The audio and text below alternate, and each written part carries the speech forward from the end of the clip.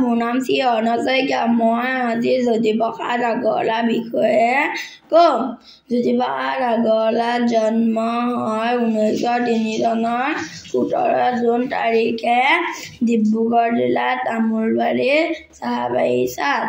তেওঁৰ পিতৃৰ নাম পৰমানন্দ আগৰৱালা আৰু মাতৃৰ নাম কিৰণময় আগৰৱালা। তেজপুৰতে জ্যোতিপ্ৰসাদ ডাঙৰ দীঘল হ'বলৈ ধৰে।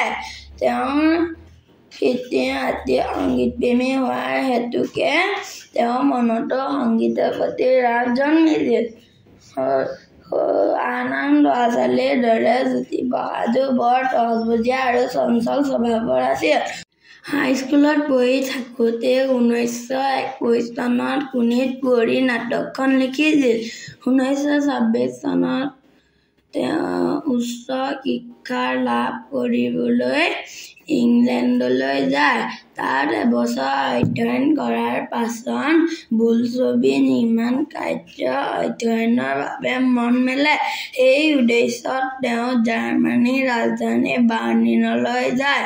তাৰ পৰা উলটি আহি তেওঁ গোলাগুৰিৰ চাহবাগিচাত চিত্ৰপট নামৰ এটা ষ্টুডিঅ প্ৰতিষ্ঠা কৰে। জয়মতী কথাছবি প্ৰযোজনা কৰে। জয়মতী প্ৰথম অসমীয়া কথাছবি। 1934 চনত দেৱযানীৰ লগত তেওঁ বিয়া হয়। 1939 চনত ইন্দ্ৰমালতী নামেৰে আন এখন কথাছবি নিৰ্মাণ কৰে।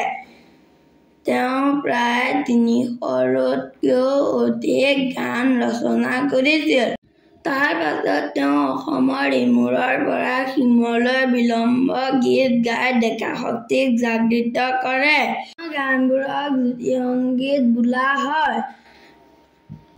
তেওঁৰ নাটকবোৰ হ'ল শোণিতপুৰী, কাৰেঙৰ লিগিৰী, লভিতাৰ, ৰূপালী, নিমাতী কন্যা, খনিকৰ ইত্যাদি। সেইজনা কবি সাহিত্যিকৰ 1951 চনৰ 17 জানুৱাৰী তাৰিখে পৰলোকপ্ৰাপ্তি হয়।